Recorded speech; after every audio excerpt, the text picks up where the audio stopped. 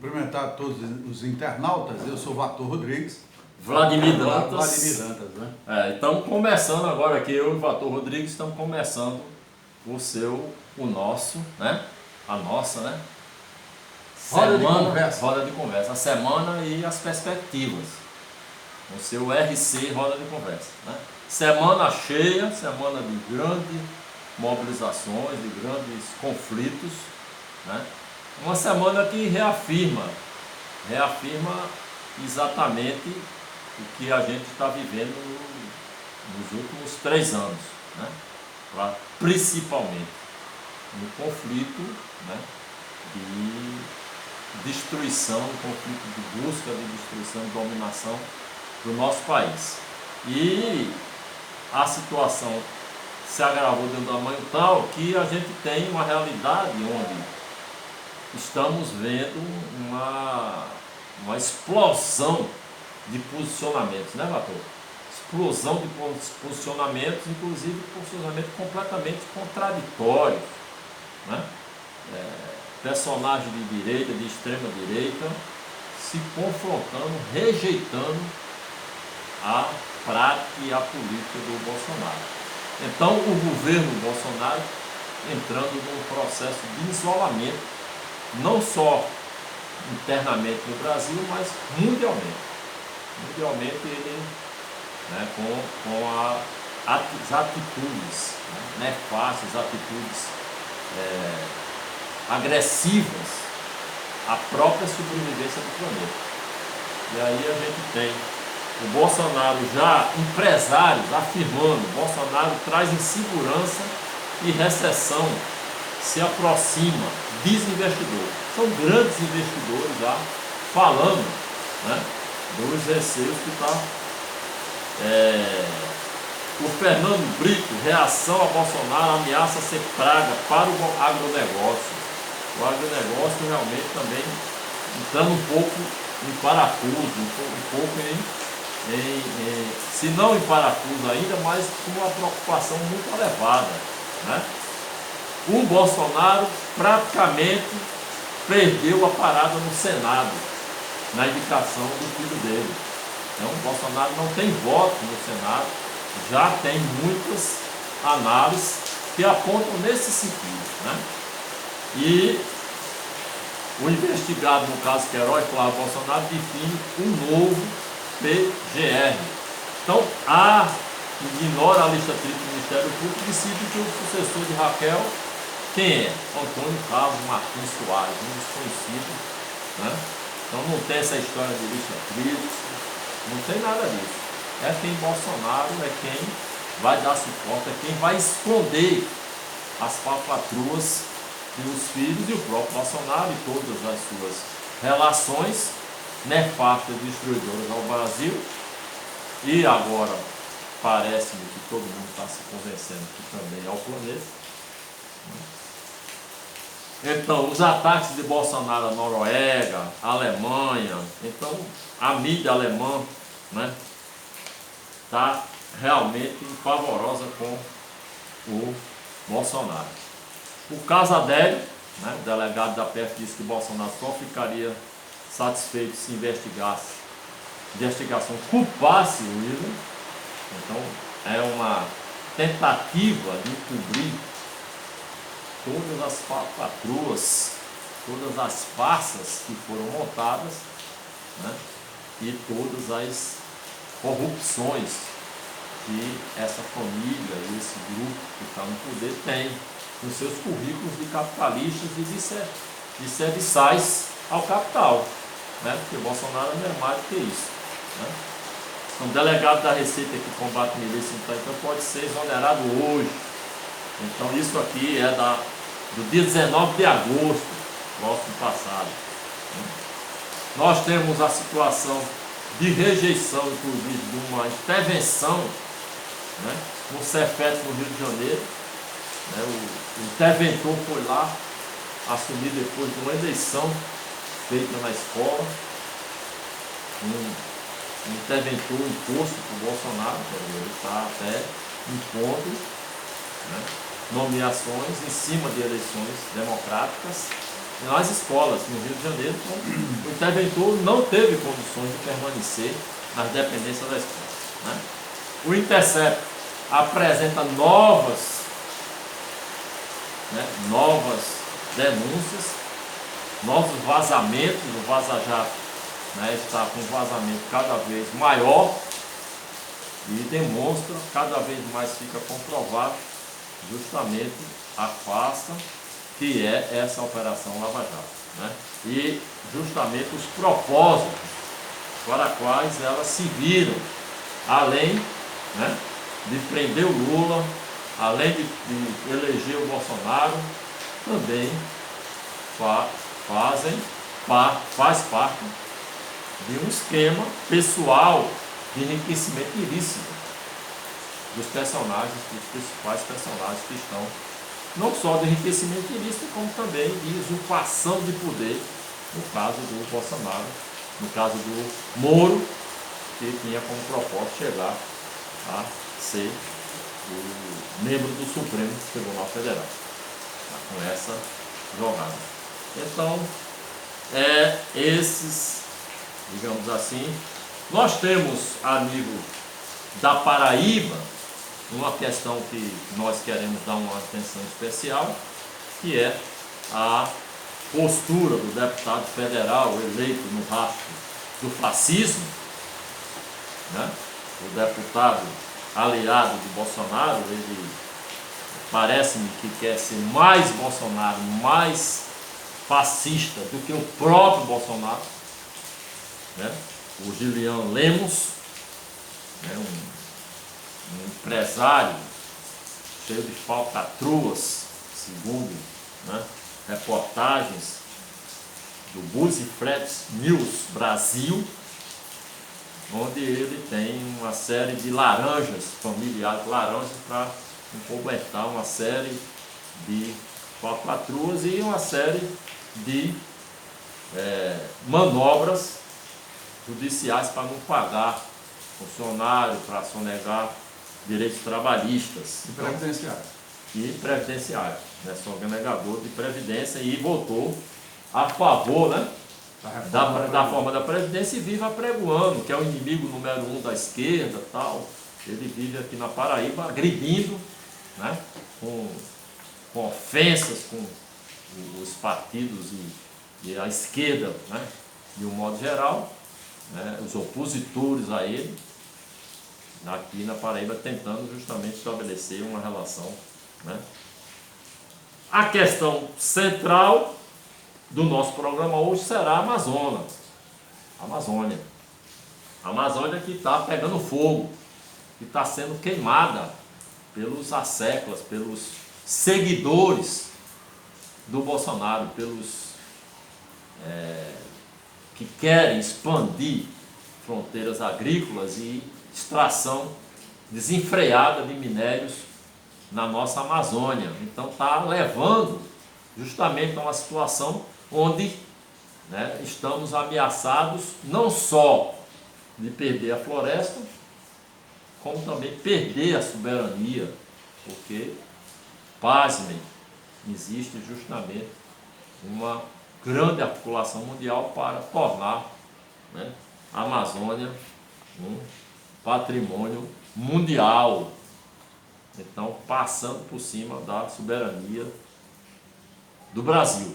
Então, esse é um risco que a gente está tendo que debater, que enfrentar, né, diante dessa situação de queimadas e grandes incêndios e uma retirada desenfreada de madeiras, né? São caminhões, são quilômetros e quilômetros de caminhões tirando insanamente, de forma acelerada, né, grandes quantidades de madeiras lá da Amazônia. Então essa é uma grande questão. As manifestações, né, que existiram em todo o Brasil, em todas as capitais, em muitas cidades do Brasil, de protesto, e não só no Brasil, no mundo, né? Tivemos bastante manifestações no mundo todo, né? E a convocação do dia 7 de setembro, que está colocado, Povo na Rua, 7 de setembro, né? E pela UNE, pela UB, pelas entidades, e que acredito que deva, na perspectiva que já aqui me adianto, que acredito que seja a primeira grande manifestação de caráter de defesa da soberania e pelo fim desse governo, fora Bolsonaro, né? Então acredito que essa pauta no dia da independência, no dia 7 de setembro, há de ser, né, uma grande mobilização para que a gente retome, dê início à retomada da nossa soberania, dê início à retomada da democracia no nosso país, né? Quiçá, né, com a liberdade, com a libertação de Lula, né, que é uma questão que está também na ordem do dia. Então, nosso debate deve pautar-se bastante prioritariamente por essa questão da Amazônia, porque de respeito a todos os contextos. Salvar a Amazônia significa retirar esse governo. Retirar esse governo significa não só salvar a Amazônia, como salvar o Brasil. Vator. Bem, eu vou usar um pouco, Vladimir, no seguinte sentido. Você que está em casa, você internauta, você que não votou na esquerda, você que não votou nas correntes progressistas ou em outras alternativas, você que votou em Bolsonaro, é difícil estar aqui conosco, nos vendo, mas digamos que tenha pessoas que votaram em Bolsonaro e que estão aqui nesse momento nos assistindo. Vamos fazer assim um breve retrospecto. Vamos deixar de lado a questão da influência da fake news nas eleições e vamos colocar Bolsonaro eleito, nomeando um ministério, né, indo, inclusive, a uma Assembleia da ONU e falando que montou pela primeira vez no Brasil o melhor ministério da história, né? Você vai ter, ao longo de 8 meses, simplesmente uma deterioração completa da política nacional. É importante dizer para você que nós estamos diante de um processo onde o governo assume e começa a estabelecer suas políticas. Aliás, eu diria, Vladimir, que nas últimas 3 semanas nós nunca tivemos uma intensidade tão grande na política como agora. As 3 últimas semanas foram marcadas por uma intensidade muito grande, porque a gente vinha ao longo disso tudo com erros e erros e erros, mais erros por parte do governo Bolsonaro, quer seja na questão da educação, quer seja na forma como aborda as questões, mas depois nós temos por parte do próprio presidente da República uma truculência, um despreparo, né? E proferindo palavras sempre de baixo calão, chegando a simplesmente nos constranger. Aquele constrangimento que a gente tem alheio de saber que o chefe da nação está sendo visto no mundo inteiro daquela maneira e que ele nos representa. E nos representa porque você votou nele. Você, apesar de a gente mostrar que havia uma grande quantidade de fake news, que havia uma criminalização por parte dos governos de esquerda, por parte do governo do PT, tá? E isso feito de forma deliberada, planejada, e nós tivemos, inclusive, a prisão do ex-presidente Lula.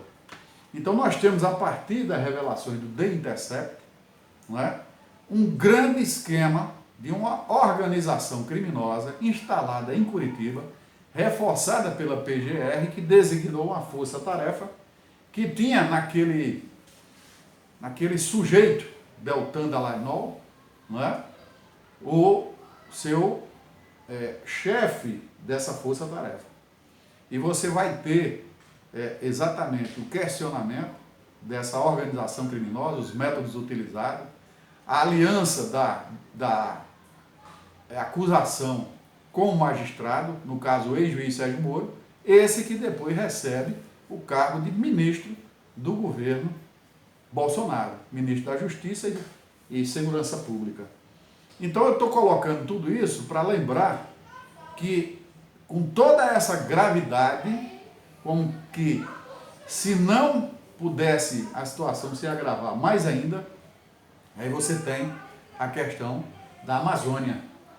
Pela primeira vez no Brasil, nós temos um governo que, eu diria, ele não se omite, não. Tem gente falando aí omissão. Não, deliberadamente ele dá sinal para que os fazendeiros, grileiros, os ocupantes da Amazônia toquem fogo na terra. Porque é aquele velho capitalismo extrativista. Toca fogo na terra para queimar a madeira, para retirar a madeira, para retirar o minério e para estabelecer pasto, para criar boi, para ter um pasto mais ampliado, quando o mundo inteiro está olhando para a Amazônia. O mundo inteiro sabe da importância da Amazônia, não é só para o Brasil, é para o planeta Terra. E essa postura do governo Bolsonaro, faz com que o mundo inteiro comece a olhar, a condenar e a pensar em retaliações contra o Brasil. E não foi a esquerda que colocou o governo Bolsonaro nesse patamar. Não foi. Nós fazemos a obrigação nossa de fazer oposição a esse governo. Mas esse governo ele faz oposição ao Estado brasileiro. Ele faz oposição à nação brasileira. Aí você tem alguns aspectos extremamente importantes. Primeiro, a política de privatização, que é uma política desavergonhada, criminosa, para entregar o patrimônio público às multinacionais, né? Notadamente a questão do petróleo, a BR Distribuidora, campos do pré-sal, como nós tivemos aqui no Rio Grande do Norte, 6 ou 8 campos de petróleo privatizados, e tudo sorrateiramente, sem a gente tomar conhecimento, enquanto o presidente ocupa os meios de comunicação para falar impropérios, para falar besteira, para falar pornografia e distrair e estabelecer um debate, enquanto o Paulo Guedes, cuida da política de privatização. Detalhe aqui, aspas, está na mira a privatização dos Correios. Aqueles Correios que é a grande empresa, referência nacional de competência, de eficiência, né? Em que boa parte dos funcionários fecharam questão em apoiar Jair Bolsonaro, está como a primeira das 17 empresas que seriam privatizadas agora nessa campanha de privatização do governo Bolsonaro. E é exatamente dentro desse viés que você tem um governo que ataca a Receita Federal, o delegado da Receita Federal do Porto de Itaguaí, local onde tem atuação forte das milícias, e se faz uma grande quantidade de descaminho, de contrabando. Você tem a remoção do superintendente da Polícia Federal, no Rio de Janeiro, responsável, inclusive, pelas investigações do assassinato de Marielle, responsável, inclusive, pelas investigações do próprio senador Flávio Bolsonaro. Não é? E você tem um ataque também à PGR. Aonde está aquela PGR, né? Aonde está aquele Ministério Público que recebeu toda a autonomia de investigação, de atuação, autonomia de escolha, inclusive, do seu Procurador-Geral da República, em lista tríplice, submetida ao Presidente da República, e que agora, como você diz, foi escolhido um sujeito que não foi votado, fora do sistema, e que não corresponde à vontade da maioria do Ministério Público Federal. Né? Para completar, você ainda tem o ataque à Polícia Federal, o ataque à PGR, o ataque ao Ministério da Fazenda, você tem a quebra de toda a autonomia desses órgãos, né? E aí você tem a tentativa de fazer o filho embaixador nos Estados Unidos da América. Né? Então veja tudo aquilo que foi pregado na campanha, né, da nova política, o que foi pregado com relação a ter uma nova prática, a chamada nova política, viria com um conjunto de práticas diferenciadas e me parece que todas relacionadas ao combate à corrupção, à transparência, né, principalmente a transparência. E o que é que fez o governo? o Mourão foi o primeiro a mandar para o Congresso uma MP que seria da ocultação de informações, né? Finalmente o Congresso foi e derrubou essa MP para alívio nosso. Então tudo que está acontecendo no país, eu não imaginei jamais, e depois da Constituição de 1988, nós chegaríamos a essa situação jurídica, política e agora econômica. A destruição da Amazônia, a falta de recursos do governo federal. O governo federal começa a não ter recursos e vai mandar os pracinhas para casa porque não consegue manter os soldados nos quartéis. Voltamos à época de Fernando Henrique. Né? A época de Fernando Henrique, quando nós tínhamos meio expediente nos quartéis porque não tinha dinheiro para pagar a boia. Ele se assemelha, né, Barão? Na verdade, ele se assemelha esse sendo fascista, né? Eu diria a você que nós temos aqui dois campos que se uniram para eleger Bolsonaro. E aí o Fernando Henrique Cardoso, a gente pode colocar que é um dos grandes responsáveis por eleger Jair Bolsonaro. Ele era blindado pela Operação Lava Jato, como ficou claro nas revelações do The Intercept Brasil, e aí ele, agora, junto com o PSDB, tenta se deslocar, tenta se afastar do governo Jair Bolsonaro. João Dória, Fernando Henrique Cardoso, toda a cúpula do PSDB começa a tentar fazer oposição e a gente sabe muito bem, né, que eles são corresponsáveis por essa eleição. Mas nós que estamos falando aqui, talvez para um eleitor de Bolsonaro, nós também estamos falando para outras forças políticas do nosso país, estamos falando para aqueles que defendem a democracia como valor universal, que defendem a democracia como a base da civilidade, da preservação dos valores, né, do contraditório, das garantias individuais. Então os democratas valorosos que precisam urgentemente forjar uma frente antifascismo no Brasil. Esse desgaste todo que está sofrendo o governo Bolsonaro é produto de um ministério profundamente incompetente, de um presidente totalmente despreparado para o cargo.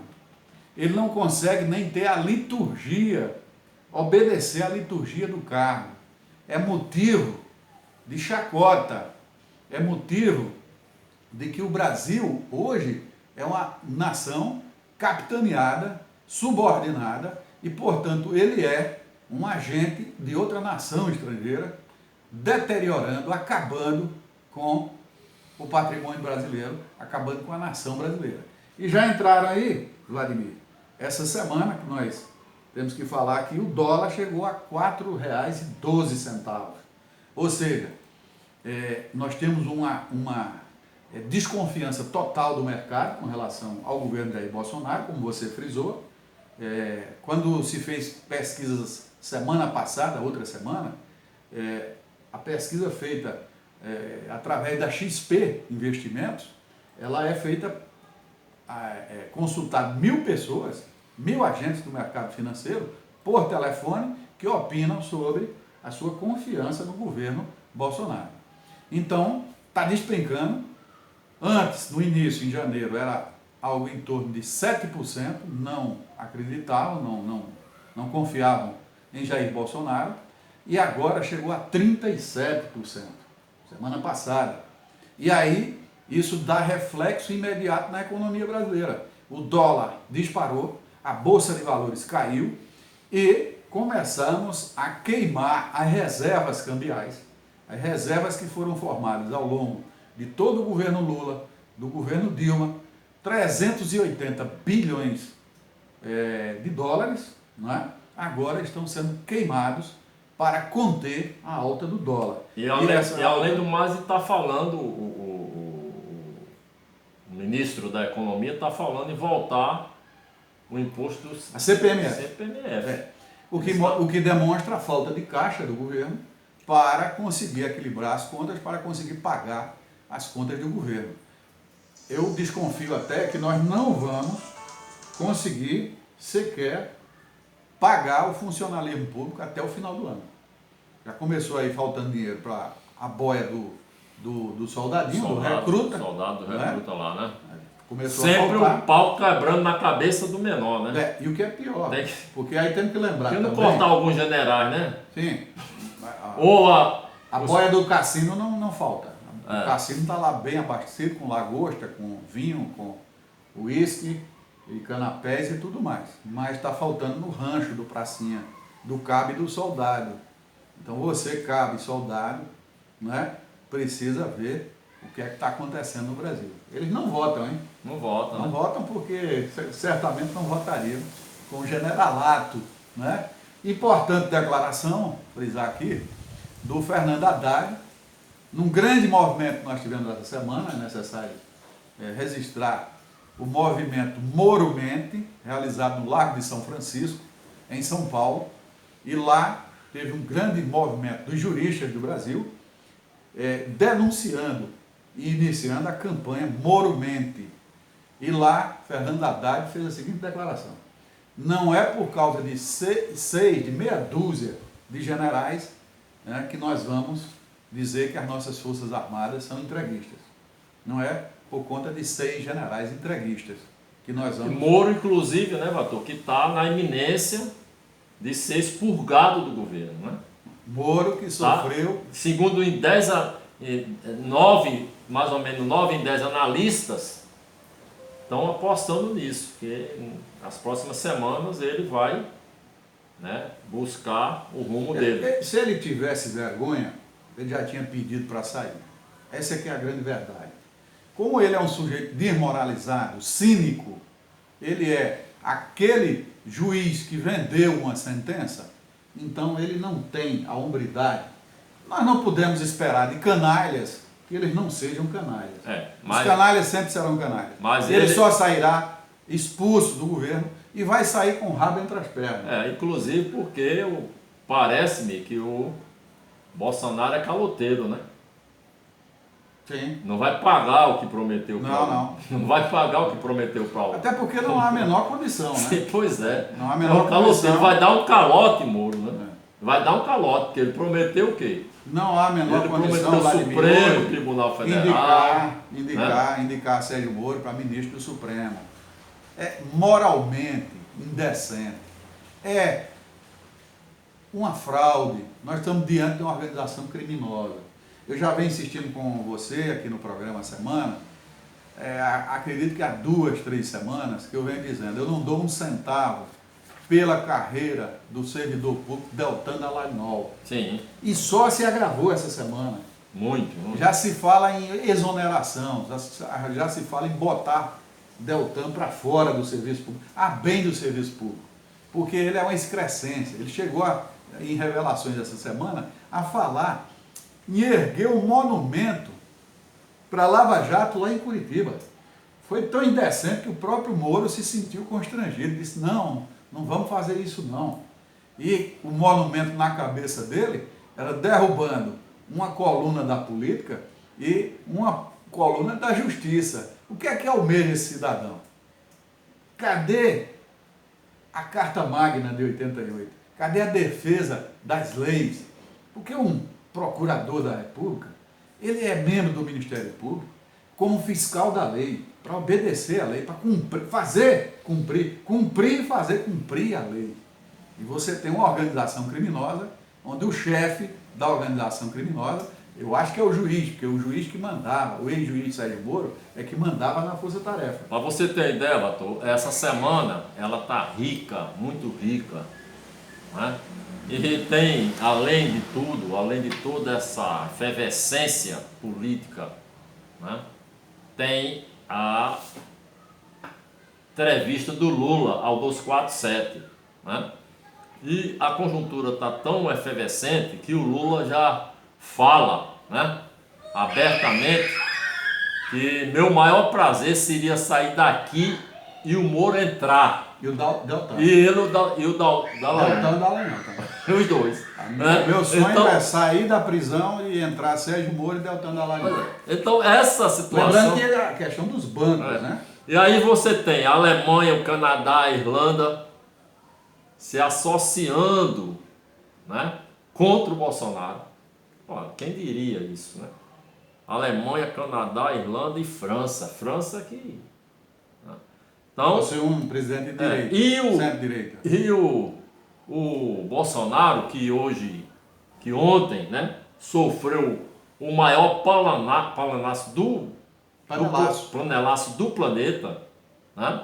Sofreu naquele seu pronunciamento medíocre, aquele pronunciamento... Você bateu panela, Vladimir? Eu bati. Batemos panela aqui, várias pessoas aqui no condomínio Mandienga, em João Pessoa, né? Paraíba, Brasil. É? Paraíba, Brasil. Paraíba, Brasil, né? Também estamos presentes, gente. Os Paraíbas ainda são Brasil. E dizer o seguinte, ó, você que está nos assistindo, dando os privilégios de assistir nessa manhã, nessa tarde ou nessa noite, o nosso bom dia, nosso boa tarde, boa noite, né? Aqui com o RC Roda de Conversa, o seu canal, esse canal que a gente está construindo, que a gente pede a sua participação, a sua contribuição, né? Em dar o like, em fazer a inscrição no canal, em acionar o sininho lá, para que receba, né, os avisos dos nossos vídeos. Então nós estamos nessa militância, nessa apresentação das nossas ideias e na nossa avaliação da semana, né, uma certa avaliação da semana e as perspectivas, né, que a gente tem quanto cidadão, quanto, né, lutador pela democracia, pela liberdade. Então a gente tem uma realidade, Vator, que eu queria fazer um breve parênteses, né, onde a gente tem uma situação de uma disputa, para se ter uma ideia, né, uma disputa mundial, onde a gente tem as maiores economias do mundo se degladiando, né, por um processo de dominação, por um processo de expansão, e a gente tem uma situação extremamente conflitante, né, entre a China e os Estados Unidos se confrontando todo o tempo, se sentindo ameaçado pela China. Então essa situação conjuntural que já empurrou com esse governo o Brasil para cair, né? Já está caindo. Ontem, eu acho que é hoje, está tendo a reunião do G7. G20. Vai ter o G7 e o G20. O G7 e o G20 vão se reunir, eu acho que é uma em sequência a outra, né? E justamente a discussão maior que está pairando lá, justamente, é a Amazônia. É a Amazônia por quê? Porque essa disputa